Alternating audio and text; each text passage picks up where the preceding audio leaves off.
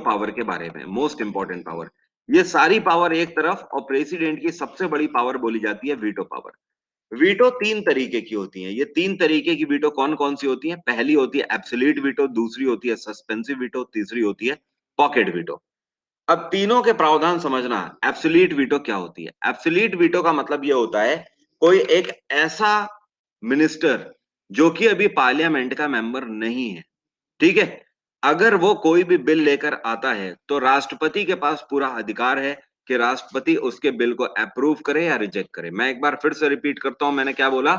Absolute veto का मतलब ये होता है कोई ऐसा मिनिस्टर जो कि कोई बिल लेकर आता है संसद में, अगर राष्ट्रपति को लगता है ये सही है तो वो उसको साइन कर सकता है, अगर राष्ट्रपति को लगता है ये गलत है तो वो उसको रिजेक्ट भी कर सकता है। सब कुछ सही है, लेकिन आपको ये लग रहा होगा कि सर ने ये चीज क्या बोली कि कोई ऐसा मिनिस्टर जो कि पार्लियामेंट का मेंबर ना हो। ऐसा कैसे हो सकता है? बिल्कुल हो सकता है ऐसा। समझो बात को। साल 2014 में जब लोकसभा के इलेक्शन हुए थे, तो आपको याद होगा अरुण जेटली, अरुण जेटली जो अब नहीं रहे हैं, अरुण जेटली अमृतसर से चुनाव लड़े थे, लेकिन ये हार गए थे। लेकिन बीजेपी ने इनको फिर भी फाइनेंस मिनिस्टर बनाया कि नहीं बनाया? खुद बताइए। स्मृति ईरानी साल 2014 में अमेठी से हार गई थी, फिर भी इनको एजुकेशन मिनिस्टर बनाया था कि नहीं बनाया था? खुद बताइए। तो कहने का मतलब यह है कि पॉलिटिकल पार्टी जिसको चाहे उसको मिनिस्टर बना सकती है। बात आ रही है समझ? पॉलिटिकल पार्टी जिसको चाहे उसको मिनिस्टर बना सकती है। वो आपको चाहे राह चलते तो राह चलते आपको भी मिनिस्टर बना सकते हैं, लेकिन उसके साथ एक शर्त है। अगले 30 दिन के अंदर, विद इन 30 डेज, उस व्यक्ति को लोकसभा या राज्यसभा से मेंबर चुनवा कर लाना होगा। देखो, वो लोकसभा के चुनाव तो पहले ही हार चुके थे। जैसे कि अरुण जेटली की बात करें तो वो 2014 में अमृतसर से लोकसभा के चुनाव हार गए थे, लेकिन उन्होंने क्या किया? उन्होंने राज्यसभा से उनको मेंबरशिप दिला दी और इलेक्ट कराकर ले आए आराम से, और उनको फाइनेंस मिनिस्टर की पोस्ट दे दी। इसी तरीके से स्मृति ईरानी को भी वो राज्यसभा का मेंबर बनाकर ले आए थे, ठीक है। अब आप कहोगे राज्यसभा का मेंबर बनाना कितना आसान है। समझिए बात को, राज्यसभा का मेंबर कैसे बनाकर लाए। जो लोकसभा होती है, लोकसभा में वोट कौन करते हैं? पीपल वोट करते हैं, आप वोट करते हो। आप हमेशा लोकसभा के लिए वोट करते हो ना? आपने कभी राज्यसभा के लिए वोट तो नहीं किया होगा ना? राज्यसभा के लिए कौन लोग वोट करते हैं? राज्यसभा में आपके स्टेट लेजिस्लेचर से सदस्य आते हैं। स्टेट लेजिस्लेचर में जो आपके विधान परिषद के, मतलब जिसको लेजिस्लेटिव असेंबली बोलते हैं, ये लोग वोट करते हैं, और इन्हीं के बीच से चुना हुआ एक व्यक्ति पहुंचता है राज्यसभा में। बात आ रही है समझ? मतलब ये लोग जिसके लिए वोट करेंगे वो व्यक्ति पहुंचेगा राज्यसभा में मेंबर बन के। अब आप समझिए, अरुण जेटली को मान लीजिए, या मान लीजिए अरुण जेटली साहब तो अब रहे नहीं, उन पर बात नहीं करते हैं। मान लीजिए स्मृति ईरानी की, स्मृति ईरानी मान लीजिए आज लोकसभा सीट अपनी हार जाती है, लेकिन मुझे उनको मिनिस्टर पद देना है। मैंने मान लीजिए उनको टेक्सटाइल मिनिस्ट्री दे दी, लेकिन अगले 30 दिन के अंदर मुझे उन्हें राज्यसभा से चुनवा कर लाना है। अब इस केस में मैं क्या करूंगा? मेरे पास सीधा सा ऑप्शन है, मैं उनको राज्य से चुनवा कर ला रहा हूं, लेकिन कौन से राज्य से चुनवा कर लाऊंगा ये बताइए? जहां पर हमारा बहुमत होगा। जैसे कि उत्तर प्रदेश हमारा बहुमत सेट है, उत्तर प्रदेश में हमारी सरकार है, सारी चीजें हम आराम से चुनवा कर ले आएंगे। हम बिहार से चुनवा कर ले आएंगे, हम आसाम से चुनवा कर ले आएंगे, एमपी से चुनवा चुनवा कर उनको ले आएंगे, ठीक है। ये जितनी भी हमारी सरकारें हैं, कर्नाटक से चुनवा कर ले आएंगे। तो ये हमारे पास ऑप्शंस होते हैं। हम उन राज्यों से उनको राज्यसभा के इलेक्शन लड़वा देंगे जहां पर हमारा बहुमत है, वहां पर हमारे कैंडिडेट हैं, और जाहिर सी बात है वो उन्हीं को वोट देंगे, और हम आसानी से राज्यसभा में उनको चुनवा कर ले आएंगे। समस्या समाप्त हो गई, कोई दिक्कत ही नहीं। इसी वजह से आप देखते हो कि आराम से 2014 में अरुण जेटली भी हारे थे, स्मृति ईरानी भी हारी थी, लेकिन दोनों को पोर्टफोलियो मिले। कोई समस्या तो नहीं? ठीक है, सारी चीजें आप समझ गए, क्लियर। अब फिर से मैं इस स्टेटमेंट को पढ़ता हूं, अब आपको समझ आ जाएगा कि सर ने क्या बोला था। मैंने आपसे क्या बोला एब्सोल्यूट वीटो में? कि कोई भी ऐसा मिनिस्टर जो अभी पार्लियामेंट का सदस्य ना बना हो, अगर वो कोई भी बिल लगाता है पार्लियामेंट में, तो एब्सोल्यूट वीटो के तहत राष्ट्रपति के पास पूरी ताकत है कि उसे अगर सही लगता है तो वो अप्रूव कर देगा, उसे गलत लगता है तो वो उसे रिजेक्ट कर देगा। कोई समस्या तो नहीं है? अब एब्सोल्यूट वीटो सबको क्रिस्टल क्लियर हो गया होगा, दिमाग में छप गया होगा एब्सोल्यूट वीटो। नेक्स्ट है सस्पेंसिव वीटो। बड़ा ही आसान है सस्पेंसिव वीटो, काफी इंटरेस्टिंग भी है, इसको समझना। सस्पेंसिव वीटो क्या बोलता है? मान लीजिए किसी भी मिनिस्टर ने कोई बिल लगाया पार्लियामेंट में।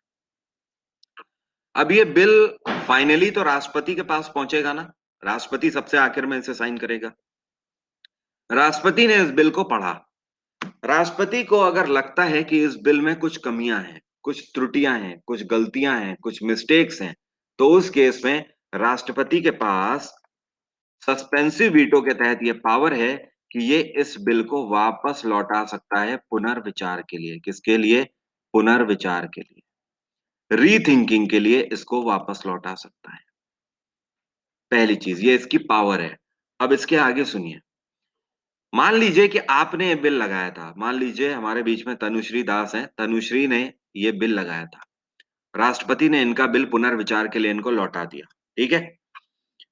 अब तनुश्री के पास दो ऑप्शन है, या तो ये इस बिल को करेक्ट कर ले, इन्होंने जो गलतियां उसमें करी थी उसको सही कर ले, या तो ये सही ना करें। मान लीजिए कि ये इस बिल को सही कर लेते हैं, रेक्टिफाई कर लेते हैं, और रेक्टिफाई करके इस बिल को ये फिर से भेजते हैं राष्ट्रपति के पास, तो राष्ट्रपति इसको क्या करेगा? जाहिर सी बात है अप्रूव कर देगा, उसके मन की हो गई। लेकिन अब दूसरी कंडीशन लेते हैं।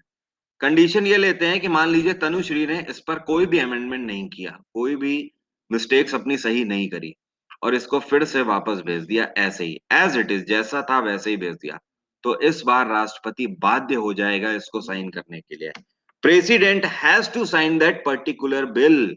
इस बार राष्ट्रपति को इसे साइन करना ही करना पड़ेगा, चाहे वो उसे सही करके भेजें, अन्यथा ना सही करके भेजें। अगर तनुश्री ने दोबारा इसको भेज दिया तो राष्ट्रपति बाध्य हो जाएगा, फिर उसको रिजेक्ट नहीं कर सकता है, वो उसे साइन करना ही करना पड़ेगा। बात आ रही है समझ? इसी वजह से आपको ध्यान रखना है, ये जो सस्पेंसिव वीटो होता है, इसमें भारत के राष्ट्रपति के पास एक पावर होती है, मतलब एक स्ट्रेंथ है और एक इसकी वीकनेस है। स्ट्रेंथ क्या है? नहीं नहीं, गलत बात नहीं है, गलत बात नहीं है निधि। अभी आपने तीसरी पॉकेट वीटो समझी नहीं है, इस वजह से अभी पूरी आपने वीटो नहीं सुनी है, इसलिए समझिए अभी पहले बात को। गलत नहीं है इसमें। जब आप तीनों वीटो समझ लोगे तब आपको लगेगा कि गलत नहीं है। देखो यहां पर मतलब क्या है, सस्पेंसिव वीटो का मतलब यह है कि अभी इस केस में अब आप समझना इसकी पावर क्या रही। इसकी पावर यह है कि ये पुनर्विचार के लिए वापस कर सकता है इसका बिल, ये राष्ट्रपति की पावर है। इसकी वीकनेस क्या है कि फ्रंट पर्सन उसको अमेंड करके भेजे या बिना अमेंडमेंट के भेज दे, उसे साइन करना ही पड़ेगा, ये उसकी वीकनेस है। ठीक है। अब तीसरा और आखिरी वीटो जिसको बोलते हैं पॉकेट वीटो। ये तीनों वीटो में भी सबसे बड़ी पावर है राष्ट्रपति की। पॉकेट वीटो होता क्या है इसको समझो। पॉकेट वीटो बोलता है कि मान लीजिए तनुश्री ने एक बिल लगाया, फिर से ये बिल जाता है राष्ट्रपति के पास, प्रेसिडेंट इस बिल को पढ़ता है, और प्रेसिडेंट को लगता है इस बिल को पढ़ने के बाद कि ये बिल जनता के हित में नहीं है, ये bill at any cost sign ही नहीं होना चाहिए। अगर ये बिल पास हुआ तो जनता के लिए दिक्कत हो जाएगी। इस केस में राष्ट्रपति के पास पावर है कि वो पॉकेट वीटो यूज कर सकता है। Pocket veto. ठीक है। पॉकेट वीटो एक बार राष्ट्रपति ने यूज कर दिया तो तनुश्री के द्वारा लगाया हुआ जो ये बिल है, ये बिल कूल बैग में चला जाएगा। कहां पर चला जाएगा? कूल बैग में, मतलब ठंडे बस्ते में चला जाएगा। कब तक के लिए चला जाएगा ठंडे बस्ते में? इन्फिनिटिव टाइम के लिए, अनंत काल के लिए चला जाएगा ठंडे बस्ते में। ये तब तक के लिए चला जाएगा जब तक राष्ट्रपति इसे खुद अप्रूव नहीं कर सकता। एक बार अगर पॉकेट वीटो राष्ट्रपति ने लगा दिया तो कोई भी राष्ट्रपति से सवाल नहीं कर सकता कि आपने क्यों पॉकेट वीटो लगाया, और साथ में यह भी आप सवाल नहीं कर सकते कि आप कब तक पॉकेट वीटो का यूज करके रखेंगे। बात आ रही है समझ? इस केस में अगर अमेरिकन प्रेसिडेंट होता, अगर अमेरिका का राष्ट्रपति अगर पॉकेट वीटो लगाता है, तो उसके पास मैक्सिमम 10 डेज की गाइडलाइन होती है, या आप बोल सकते हो डेडलाइन होती है 10 दिन की। वो 10 दिन से ज्यादा किसी भी बिल को कूल बैग में नहीं रख सकता। 10 दिन के बाद उसकी जवाबदेही बनती है। 10वें दिन उसको जवाब देना पड़ेगा। अगर रिजेक्ट कर रहा है तो जवाब देना पड़ेगा क्यों रिजेक्ट किया, अगर पास कर रहा है तो भी उसे बताना पड़ेगा क्यों पास किया, या कूल बैग में रखा है तो ये भी बताना पड़ेगा इतने दिन कूल बैग में क्यों रखा। ठीक है। अब यहाँ पर एक चीज समझो, अभी मेरी बात पूरी नहीं हुई है, बात ध्यान से समझो, बस आगे भागने लगते हो, फिर कंफ्यूजन रह जाएंगे, फिर कोई कुछ पूछ देगा तो बोलोगे अल्लो ये क्या हो गया। अभी बात क्लियर नहीं हुई है, आधी बात छोड़ के भागने लगे। अभी जो निधि ने पूछा था उसका आंसर नहीं निकला है। निधि ने पूछा था कि, निधि ने कहा था फिर इसका मतलब क्या हुआ, ये तो बेकार चीज है बिल्कुल। इन्होंने यही तो कहा था ये तो बेकार चीज है, फिर इसका मतलब क्या हुआ है जो सस्पेंसिव वीटो है, कि भैया राष्ट्रपति को अगर दोबारा बिना अमेंड किए भेज दिया गया, ठीक है, और बिना अमेंड किए भी उसे साइन करना पड़ जाए तो फिर उसकी पावर का मतलब क्या है? एक बात समझिए, मेरी बात अब ध्यान से समझना। एब्सोल्यूट वीटो की जब हमने बात करी तो राष्ट्रपति को पूरी ताकत मिली हुई है एब्सोल्यूट वीटो के तहत कि वो उसे साइन करे या रिजेक्ट करे। ठीक है, राष्ट्रपति यहां पर अपनी मर्जी का मालिक है। सस्पेंसिव वीटो के तहत राष्ट्रपति को एक स्ट्रेंथ दी गई है, एक वीकनेस दी गई है। स्ट्रेंथ ये है कि वो पुनर्विचार के लिए वापस कर सकता है, और वीकनेस क्या है, अगर दोबारा वो बिल आ गया फिर से उसके पास तो उसे साइन करना पड़ेगा। पॉकेट वीटो के तहत उसके पास पूरी ताकत है कि वो उसको कूल बैग में डाल सकता है, कोई उससे क्वेश्चन भी नहीं पूछ सकता। मुझे एक बात बताइए, अगर सस्पेंसिव वीटो में राष्ट्रपति को जो वीकनेस दी गई है, इस वीकनेस को भी अगर छीन लिया जाए, तो एक बात बताइए, राष्ट्रपति डिक्टेटर नहीं बन जाएगा? वो तानाशाह नहीं बन जाएगा? खुद सोचकर देखिए, उसके पास असीम ताकतें हो जाएंगी। असीम ताकतें हमेशा तानाशाही को आमंत्रित करती हैं। बात आई समझ? उसकी भी शक्तियों को रोका गया है। आखिरकार वो भी एक इंसान है। उसको संविधान के तहत सबसे ज्यादा ताकतें दी तो गई हैं, लेकिन कहीं ना कहीं लिमिट में किया गया है उसे भी। खुद सोचकर देखो, तीनों वीटो में से एक जगह फुल स्टॉप लगाया गया है, और फुल स्टॉप को भी अगर हटा ले तो वो डिक्टेटर बन जाएगा भाई। उसकी शक्तियों को आप रोक कैसे पाओगे फिर? क्लियर? हर्ष का पूछना है, सर अगर एक बिल वापस किया, रुक जाओ एक सेकंड, मुझे इनका क्वेश्चन पढ़ने दो। अगर एक बिल वापस किया, फिर से उन्हें वही बिल भेजें, तो प्रेसिडेंट पॉकेट वीटो लगा सकता है? नहीं लगा सकता। नहीं लगा सकता। ये क्वेश्चन हर स्टूडेंट पूछता है कि मान लो कि आप हो, मान लीजिए सोनम है, ठीक है। सोनम ने एक बिल लगाया, राष्ट्रपति के पास ये बिल गया, राष्ट्रपति ने सोनम का बिल सस्पेंसिव वीटो के तहत पुनर्विचार के लिए वापस भेज दिया। ठीक है, तो सोनम ने इसको दोबारा बिना रेक्टिफाई किए भेज दिया। तो राष्ट्रपति चालाक निकले, ये कहे अच्छा सोनम, तुमने तो अमेंड किया ही नहीं, अब एक काम करते हैं, अब मैं पॉकेट वीटो का यूज करता हूँ, अभी तुम्हें बताता हूँ। ऐसा नहीं हो सकता। राष्ट्रपति एक बार में एक ताकत ही अपनी यूज कर सकता है। ठीक है, राष्ट्रपति को बिल पढ़ते टाइम ये डिसाइड कर लेना होता है पहली बार ही कि ये बिल सस्पेंसिव वीटो लगाने लायक है या फिर पॉकेट वीटो लगाने लायक है। अब मैं इसका आपको एग्जांपल देता हूं, ऐसे समझ लीजिए। आप ऐसा समझो, मान लीजिए मैं राष्ट्रपति हूं, आपने एक बिल लगाया, आपने एक बिल लगाया कि आपको रोड बनाने के लिए 3,000 करोड़ चाहिए। संसद में आपने बिल लगाया, आपको रोड बनाने के लिए 3,000 करोड़ चाहिए, हिमाचल प्रदेश में आपको रोड बनानी है। ठीक है, मैंने आपका बिल पढ़ा, ठीक है, मैंने आपका बिल पढ़ लिया। मुझे लगा, अब आपने बिल में ये भी तो लिखा होगा किस कंपनी को आप कॉन्ट्रैक्ट दे रहे हो, कौन सी, बिल में सब कुछ लिखा होता है, किस कंपनी को आप कॉन्ट्रैक्ट दे रहे हो। ठीक है, वो कंपनी कितने दिन में प्रोजेक्ट को पूरा करेगी, कितनी लागत आ रही है, सब लिखा होता है। मैंने पढ़ा, मुझे लगता है कि जितनी रोड आप बना रहे हो उतनी रोड के लिए 3,000 करोड़ नहीं लगेंगे। मुझे लगता है 2,500 करोड़ में बन जाएगा। 500 करोड़ आपने एक्स्ट्रा जोड़ दिए अपनी तरफ से, मुझे ऐसा लगा। तो इस केस में एक बात बताइए, अब मेरे पास फैसला लेने की घड़ी है, मैं उस पर पॉकेट वीटो लगाऊं या फिर सस्पेंसिव वीटो लगाऊं? खुद बताइए, खुद अपने ऊपर रख के सोच के देखिए, और अपने आप को प्रेसिडेंट की पोस्ट पे रख के देखिए। बिल्कुल सही, देखिए निखिल ने बोला, प्रीतम ने बोला, विजय ने बोला, सब लोग बोल रहे हैं सस्पेंसिव वीटो। हम सस्पेंसिव वीटो इस पर लगाते हैं ना, दिक्कत कहां है? मुझे लगता है कि 500 करोड़, देखो सस्पेंसिव वीटो का मतलब ये नहीं होता है कि मैं सस्पेंसिव वीटो लगाऊंगा तो मैं आपको फोन करूंगा, बेटा सुधर जाओ, मैं देख रहा हूँ 500 करोड़ ज्यादा जोड़ रखे हैं, ज्यादा पैसा खाने के जुगाड़ में हो, इसको जरा कम करो, नहीं तो अभी तुम्हें निकलवा देंगे प्रधानमंत्री से कह के, राष्ट्रपति हूं मैं, ऐसा थोड़ी वो कहता है। उसके पास सिर्फ बिल आया है, वो उस पर सस्पेंसिव यूज करेगा, वो वापस चुपचाप चला जाएगा। सारी बातें आराम से होती हैं। ठीक है, आपके पास ये बिल गया, आपके अंदर थोड़ी सी भी शर्म होगी तो आप क्या करोगे, आप उसको कम कर लोगे। भले ही मान लीजिए 2,500 करोड़ नहीं किए, 2,800 करोड़ कर लोगे, 2,900 करोड़ कर लोगे, कुछ कम कर दोगे, राष्ट्रपति की भी बात रह जाएगी, आपकी भी बात रह जाएगी। या एक बार को मैं मान भी लेता हूं कि आपने उस पर कुछ भी नहीं घटाया, आपने वापस 3,000 करोड़ का फिर से भेज दिया, तो इस केस में मुझे उसे साइन करना पड़ रहा है। बताइए इसमें दिक्कत कहां है? अगर आप राष्ट्रपति की पोस्ट पर हो, इस पर दिक्कत कहां है? अगर इस पर बहस हो जाए तो एक बात बताइए, इसका कंक्लूजन क्या निकलेगा? राष्ट्रपति महोदय को लगता था कि 2,500 करोड़ में रोड बन सकती है, लेकिन आपको लगता है, आपने जो एस्टिमेट निकाला उसमें 3,000 करोड़ में रोड बन रही है। दिक्कत कहां है? हो सकता है आपने क्वालिटी कुछ और एस्टिमेट करी हो सकता है आप राष्ट्रपति से बहस में जीत जाओ। समझ रहे हो बात को? तो ये ऐसे लीनियंट मैटर्स होते हैं। अब दूसरे तरीके से इसको समझो, ऐसा मान लीजिए कि आपने एक बिल लगाया, और इस बिल में आपने बात कही कि आज से कोई भी ऑफलाइन कोचिंग नहीं खुलेगी। मैं ऐसा बिल लाना चाहता हूं। अब आप बताइए, आप राष्ट्रपति की जगह रख कर देखिए, क्या आप बिल को सस्पेंसिव वीटो लगाओगे या पॉकेट वीटो लगाओगे या साइन कर दोगे? बताइए। पॉकेट वीटो लगाओगे ना? खुद सोचिए, कोई आपके सामने बिल लेकर आ रहा है कि आज से ऑफलाइन कोचिंग भारत में खुलेगी नहीं, यार ये अपने आप में डिजास्टर होगा यार। चाहे जितना बड़ा कोविड आ जाए, हर एक बच्चा भारत का ऑनलाइन कोचिंग नहीं पढ़ सकता, और हर एक बच्चा भारत का ऑफलाइन कोचिंग नहीं पढ़ सकता। समझ रहे हो बात को? आप इस चीज को कैसे रिस्ट्रिक्टेड कर सकते हो? समझ गए बात को? इस केस में मेरी मजबूरी बन गई है कि मैं पॉकेट वीटो ही लगाऊंगा, ये नहीं पास होना चाहिए बिल। अब समझे बात को? तो राष्ट्रपति के पास इतना विवेक होता है कि वो बिल को पढ़ते टाइम ही एक बार में ही फैसला लेता है, ठीक है, कि वो सस्पेंसिव लगाएगा या पॉकेट लगाएगा। ये मत समझना कि एक बार सस्पेंसिव लगा दिया, दोबारा आ गया तो अब पॉकेट लगा देगा, ऐसा नहीं है। अगर उसने एक बार वापस कर दिया तो सस्पेंसिव में ही कंसीडर किया जाएगा, पॉकेट नहीं फिर वो बन पाएगा, ठीक है। एब्सोल्यूट कब लगाते हैं? अभी आपको विजय साहब बताया था। एब्सोल्यूट उनके लिए होता है जब कोई ऐसा मिनिस्टर जो कि अभी पार्लियामेंट का मेंबर नहीं है, अगर वो कोई बिल लगाता है तो राष्ट्रपति को पूर्ण स्वतंत्रता है कि वो उस बिल को अप्रूव करते या रिजेक्ट करते। दैट्स इट, बिल्कुल सिंपल। ठीक है, ठीक है। अब इसके बाद आगे बढ़ते हैं। हल्का सा आज मैं 1.5 घंटे नहीं पढ़ाऊंगा, मैं अभी छोड़ रहा हूँ 2 मिनट में, ठीक है। अब देखो यहाँ पर एक चीज समझ लो, एक्शंस बाय वीटो। बहुत ध्यान से इसको समझना, बहुत ध्यान से, क्वेश्चन आपके यहीं से क्रैक होंगे।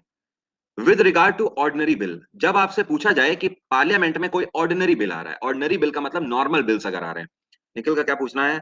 बट सर रीजन तो देने होते होंगे, अगर बिना अमेंड किए सेम बिल प्रेसिडेंट को भेजा तो। नहीं निखिल, कोई रीजन उस पर नहीं देना होता है, उस पर कारण बताओ या शो कॉज नोटिस नहीं होता है। वो सिर्फ बिल की आवाजाही होती है, बिल पासिंग होती है उस टाइम पर, और कुछ नहीं होता है। अब देखो यहां पर आपको मैं क्या बताने जा रहा हूं, आपसे वीटो की बात कर रहा है कि किस केस में, किस बिल में कौन सा वीटो यूज होगा, या फिर वीटो का कौन सा एक्शन लिया जाएगा। अगर ऑर्डिनरी बिल पार्लियामेंट में कोई भी लगाया जाता है, ऑर्डिनरी मतलब कोई भी नॉर्मल बिल अगर लगाया जाता है, तो उस केस में राष्ट्रपति क्या कर सकता है उसके ऊपर? प्रेसिडेंट कैन रेक्टिफाई, राष्ट्रपति उसको खुद से भी रेक्टिफाई कर सकता है, उसको रिटर्न भी कर सकता है और रिजेक्ट भी कर सकता है। बात आगे समझ, क्या कहने का मतलब है? कोई भी ऑर्डिनरी बिल में राष्ट्रपति उसको रेक्टिफाई भी कर सकता है, मतलब उसे लगता है मैं खुद से कुछ संशोधित कर दूं तो वो कर सकता है, रिटर्न करना चाहे तो रिटर्न कर सकता है, और रिजेक्ट करना चाहे तो रिजेक्ट कर सकता है। रिटर्न और रिजेक्ट में डिफरेंस समझ रहे हो ना? रिटर्न का मतलब यह है कि पुनर्विचार के लिए दिया गया है, और रिजेक्ट का मतलब मैंने सिरे से खारिज कर दिया, ये चलेगा ही नहीं, नया बिल लेकर आओ। ठीक है। अब देखो, with regard to money bill, अगर किसी ने मनी बिल लगाया है तो राष्ट्रपति क्या कर सकता है? रेक्टिफाई कर सकता है, रिजेक्ट कर सकता है, लेकिन रिटर्न नहीं कर सकता है। मनी बिल को वो रिटर्न नहीं कर सकता, मनी बिल को वो या तो संशोधित कर सकता है या पुनर्विचार के लिए वापस कर सकता है। अब मुझे एक बात बताइए, जब पैसे का मामला आया, मनी बिल का मामला आया, तो राष्ट्रपति को रिटर्न करने की पावर क्यों नहीं दी गई है? बताइए मुझे, वो रिटर्न क्यों नहीं कर सकता है? खुद बताइए। क्योंकि पैसे का काम राष्ट्रपति के हाथ में होता ही नहीं है, पैसे का काम सरकार के हाथ में होता है, प्रधानमंत्री के हाथ में होता है। एक बात बताइए, खजाना किसके हाथ में जाता है? वो पार्टी जो कि जीतती है लोकसभा। देश का खजाना प्रधानमंत्री के हाथ में है, ना कि राष्ट्रपति के हाथ में है। ठीक है, तो इस वजह से जो भी मनी बिल्स होंगे उस पर वो संशोधन कर सकता है, रिजेक्ट कर सकता है पूरे तरीके से, लेकिन रिटर्न नहीं कर सकता कि आप सोच कर लाइए, ऐसा वो नहीं कर सकता। ठीक है। नेक्स्ट है आपका with regard to constitutional amendment bill. ये काफी बड़ी बात है, इसमें समझो राष्ट्रपति क्या कर सकता है और क्या नहीं कर सकता। अगर मान लीजिए संवैधानिक कोई संशोधन करना है, मान लीजिए कि ट्रिपल तलाक बिल बनाया गया था, ठीक है। ट्रिपल तलाक बिल में सरकार ने एक कानून बनाया भैया कि कोई भी इतनी आसानी से शादी नहीं तोड़ सकता, शादी जैसी या निकाह जैसी कोई पवित्र चीज, कोई पवित्र रिश्ता इतनी आसानी से नहीं तोड़ सकता कि कैंसिल कैंसिल कैंसिल बोल दिया और हो गया कैंसिल, ऐसा नहीं हो सकता। तो उसके लिए ट्रिपल तलाक बिल बनाया मान लीजिए, तो कॉन्स्टिट्यूशनल अमेंडमेंट बिल हुआ ना, इसके लिए संविधान में संशोधन करना पड़ेगा ना। और राष्ट्रपति उसमें क्या कर सकता है? उसको रेक्टिफाई कर सकता है, लेकिन क्या नहीं कर सकता? ना ही उसको रिजेक्ट कर सकता है, ना ही रिटर्न कर सकता है। अब आप कहोगे ऐसा क्यों नहीं कर सकता? ऐसा क्यों नहीं कर सकता? वो रिजेक्ट क्यों नहीं कर सकता या रिटर्न क्यों नहीं कर सकता? क्यों? क्योंकि ये कार्यपालिका के काम है। कुछ भी काम करना है इस देश में, ये राष्ट्रपति की ड्यूटी नहीं है। डेवलपमेंट करना कार्यपालिका का काम है, क्योंकि प्राइम मिनिस्टर इसी बिहाफ पर इलेक्शन जीता है मेरे भाई। वो बोलकर आया था कि मैं ये कर दूंगा, मैं वो कर दूंगा, मैं इतनी नौकरी दूंगा, मैं राम मंदिर बनाऊंगा, मैं स्टैच्यू ऑफ यूनिटी बनाऊंगा, मैं ये करूंगा, मैं वो करूंगा, वो बोलकर आए थे। तो वो जब अपने मुद्दे लेकर आ रहे हैं तो राष्ट्रपति को उस पर हस्तक्षेप करने के अधिकार नहीं दिए गए। बात आ रही है समझ? इसी वजह से नहीं दिए गए। समझ गए बात को, क्या कहने का मतलब है? क्लियर? ओके, समझ आ गई बात? कोई समस्या तो नहीं? अब इस वजह से यहां पर देख रहा हूं वो सिर्फ रेक्टिफाई कर सकता है, ना ही रिजेक्ट कर सकता है, ना ही रिटर्न करेगा। अगर उसको रिटर्न करने की पावर दे दें तो आप समझ सकते हो प्रेसिडेंट और कार्यपालिका के बीच में तनातनी हो जाएगी। सर जी प्लस ग्रुप में ऐड कर दीजिए, ठीक है। आप मुझे अलग से कमेंट डालिए दुबे जी। रेक्टिफाई का मतलब अप्रूव है, रेक्टिफाई का मतलब संशोधित कर देना कि भैया मान लीजिए आपने लिखा कि जैसे ट्रिपल तलाक बिल के तहत मैक्सिमम 3 साल की सजा के प्रावधान है। आपने लिखा, आप सरकार हैं, आपने लिखा मान लीजिए कि ट्रिपल तलाक बिल के तहत हम 5 साल की सजा देना चाहते हैं, तो मैं उसको संशोधित कर सकता हूँ कि यार 5 साल की ना करो, 3 साल की सजा कर दो। ये हुआ संशोधन, रेक्टिफाई करना। अब मैं कह दूं कि इस बिल को ही हटा दो, तो ऐसा नहीं हो सकता, मैं रिजेक्ट नहीं कर सकता उसे, ठीक है, ना ही रिटर्न कर सकता।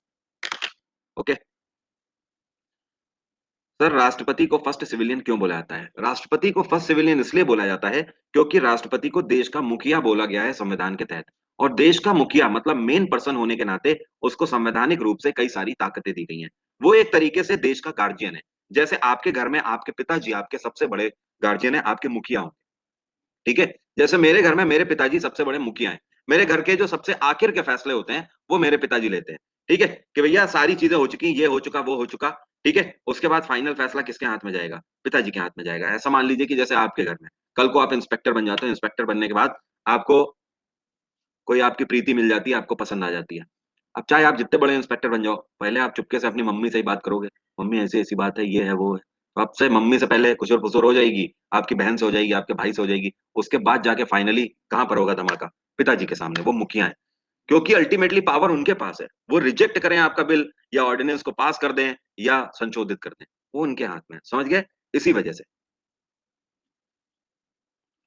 बट लाइमलाइट ज्यादा पीएम को मिलती है, बिल्कुल सही है। उसका रीजन है, पता है क्यों? क्योंकि हमारा देश डेमोक्रेटिक कंट्री है, लोकतंत्र है हमारे देश में। हमारे देश में अपना राजा चुनने की हमें खुद इजाजत है, और हम मतलब we the people of India, हम चुनते किसको हैं? हम उस पार्टी को चुनते हैं। हम पार्टी से रूल कराना चाहते हैं, और वो पार्टी अपने किसी एक सदस्य को प्रधानमंत्री के रूप में गद्दी पर बैठाती है। इस वजह से प्रधानमंत्री के पास, देखो, अगर संवैधानिक रूप से हम बात करें तो भारत के राष्ट्रपति के पास सबसे ज्यादा ताकत है। लेकिन अगर हम बात करें प्रैक्टिकल रूप से, तो प्रधानमंत्री के पास सबसे ज्यादा ताकत है, क्योंकि प्रधानमंत्री के पास लोगों की ताकत है, जनता की पावर है, और जिसके पास जनता की ताकत है, वही सर्वोपरि ताकत है। सर्वोपरि ताकत हमारे संविधान के हिसाब से।